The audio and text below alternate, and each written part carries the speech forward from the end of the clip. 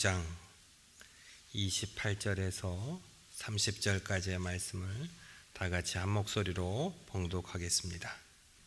말씀 봉독 후에는 3, 4, 5 여전도의 특송이 있겠습니다. 하나님의 말씀을 봉독합니다. 그 후에 예수께서 모든 일이 이미 이루어진 줄 아시고 성경을 응하게 하려 하사 이르시되 내가 목마르다 하시니 거기 신 포도주가 가득히 담긴 그릇이 있는지라 사람들이 신 포도주를 적신 해면을 우슬초에 메어 예수의 입에 대니 예수께서 신 포도주를 받으신 후에 이르시되 다 이루었다 하시고 머리를 숙이니 영혼이 떠나가시니라. 아멘.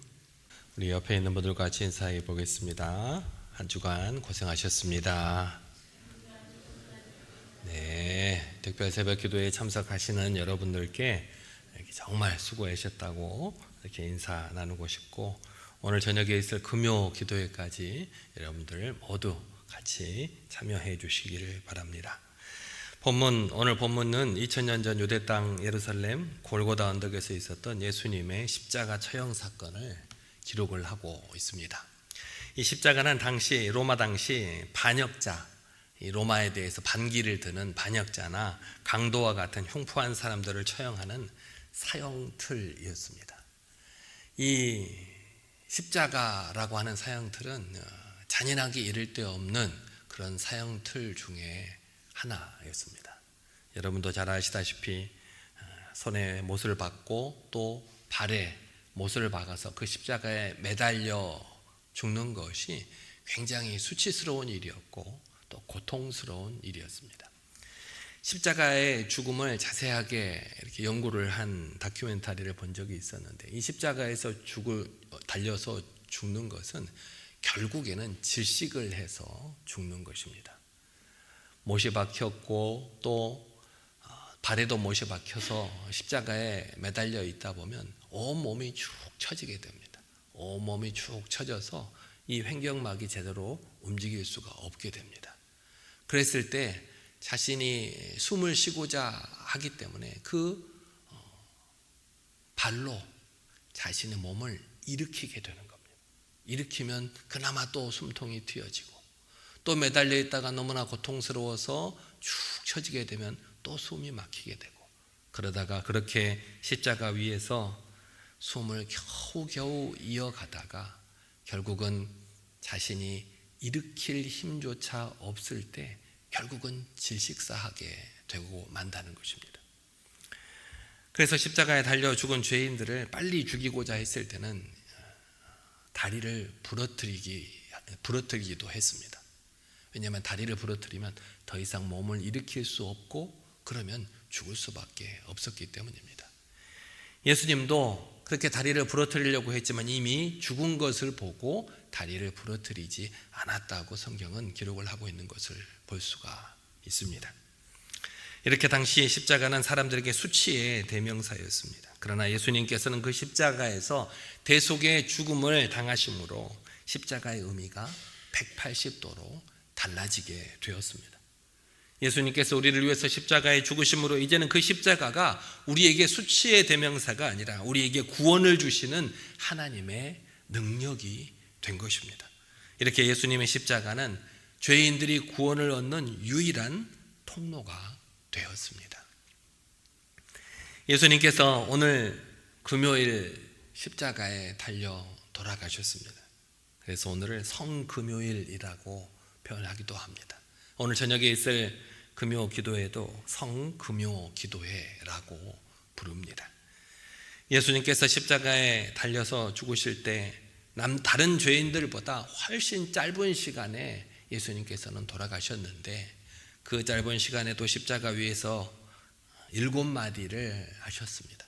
그래서 가상칠언이라고 합니다. 아버지, 저들을 사하여 주옵소서. 자기들이 하는 것을 알지 못함이니이다. 자기를 십자가에 못 박은 사람들을 보면서도 그들을 원망하거나 불평하지 않고 오히려 그들을 용서해 달라고 하나님께 간구하신 예수님을 볼 수 있습니다. 같이 십자가에 달린 강도에게는 오늘 내가 나와 함께 낙원에 있으리라 라고 말씀해 주셨습니다. 자신의 육신의 어머니 마리아와 요한에게는 여자여 보소서 아들이니이다, 보라 내 어미라 말씀하셨습니다. 그리고 하나님을 향해서는 엘리 엘리 라마 사박다니, 나의 하나님 어찌하여 나를 버리시나이까 외치셨습니다. 그리고 극심한 탈수 증세로 내가 목마르다 라고 마셨고, 그 모든 일들을 다 이루시고 난 후에 다 이루었다 라고 말씀하셨습니다. 그리고 마지막 순간에 하나님을 향해서 아버지 내 영혼을 아버지 손에 부탁하나이다 라고 말씀하시며 운명하셨습니다.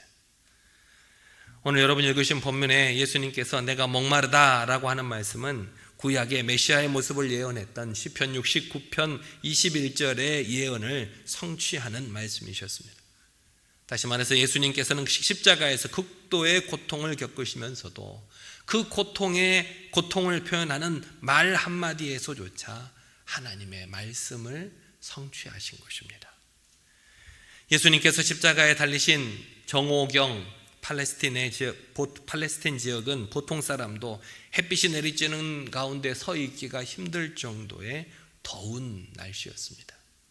보통 사람도 그냥 서 있기도 힘든 날씨에 십자가에 못 박혀서 고통을 당하고 계신 예수님에게는 극심한 탈수 현상이 일어났을 것입니다. 하지만 예수님께서는 자기 육신 깊은 곳에서부터 느껴지는 그런 심한 갈증에도 불구하고 하나님을 원망하거나 자신의 고통스러운 상태를 저주하지 않으시고 오히려 메시아에게 예언된 시편의 말씀을 인용하여 구약의 예언을 성취하신 것입니다. 사실 예수님을 십자가에 못 박기 전에 군인들이 예수님께 포도주를 주는 장면이 나옵니다. 마태복음 27장 34절에서는 쓸개 탄 포도주를 예수님께 주었다라고 기록이 있고, 마가복음 15장 23절에는 몰약을 넣은 포도주를 예수님께 주었다라고 하는 기록이 있습니다.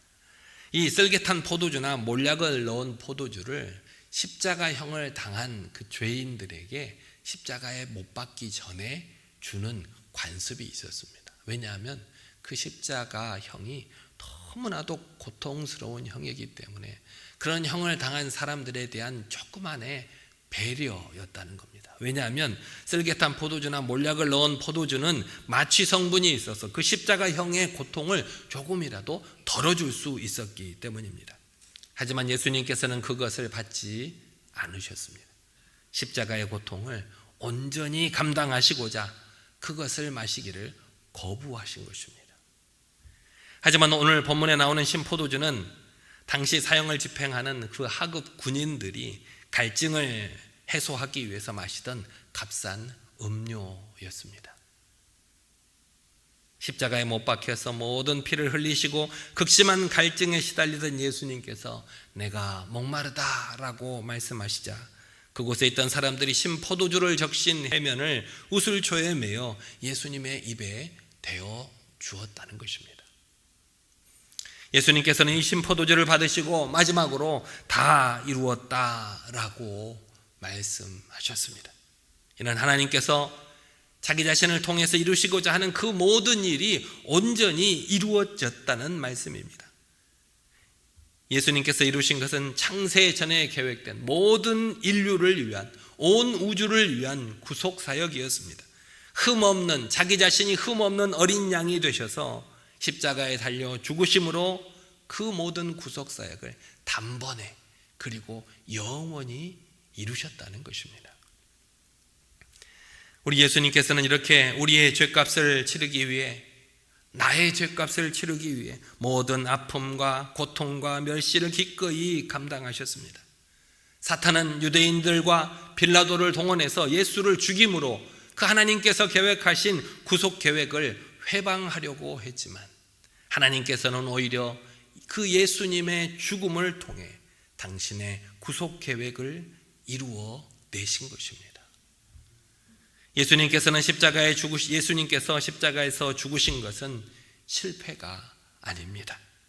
다 이루었다, 다 이루었다라고 하는 그 예수님의 선언은 하나님께서 태초부터 계획하신 그 구원 계획이 이제 완성되었음을 선언하는 승리의 외침이었던 것입니다.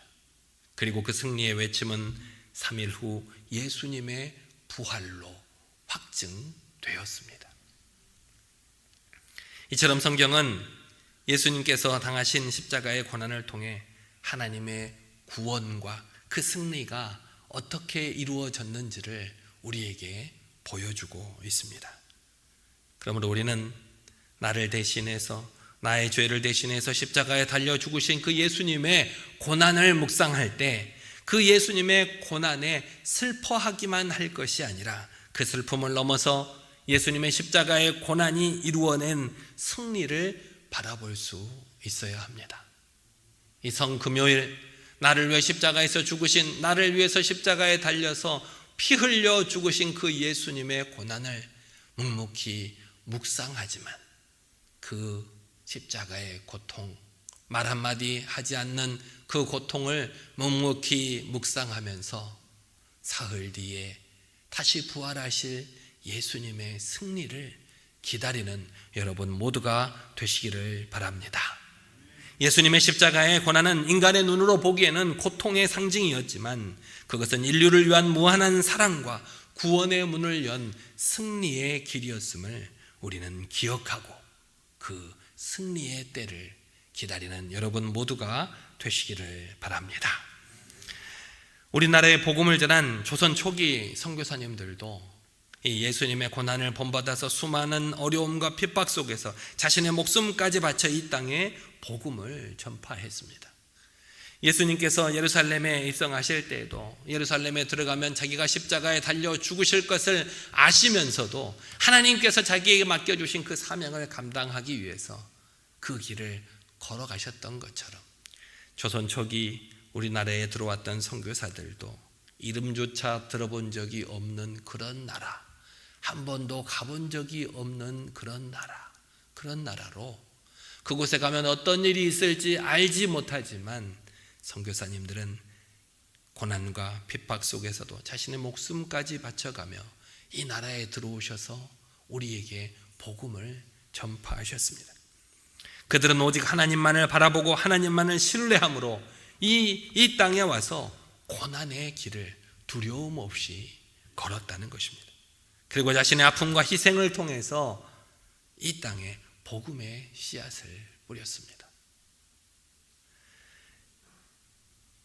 그 조선 땅에 와서 온갖 고난을 당하고 오해와 핍박을 당하고 죽임을 당하고 사랑하는 가족을 잃는 슬픔 가운데에서도 이 땅에 있는 백성들을 향한 하나님의 그 부르심에 순종해서 이 땅에 복음을 전파했고 그 결과 우리가 이렇게 예수님을 믿고 구원을 받을 수 있게 된 것입니다.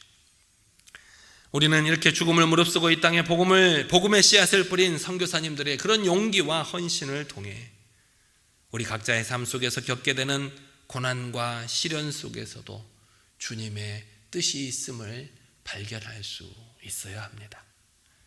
그리고 우리가 겪게 되는 고난과 시련 속에 주님의 뜻을 발견하고 그 길을 묵묵히 걸어갈 때 얼마나 큰 역사가 이루어질 수 있는지 깨닫는 여러분들이 되시기를 바랍니다. 우리 각자의 삶 속에서 겪는 온갖 고난과 어려움은 단순한 불행이 아니라는 것입니다.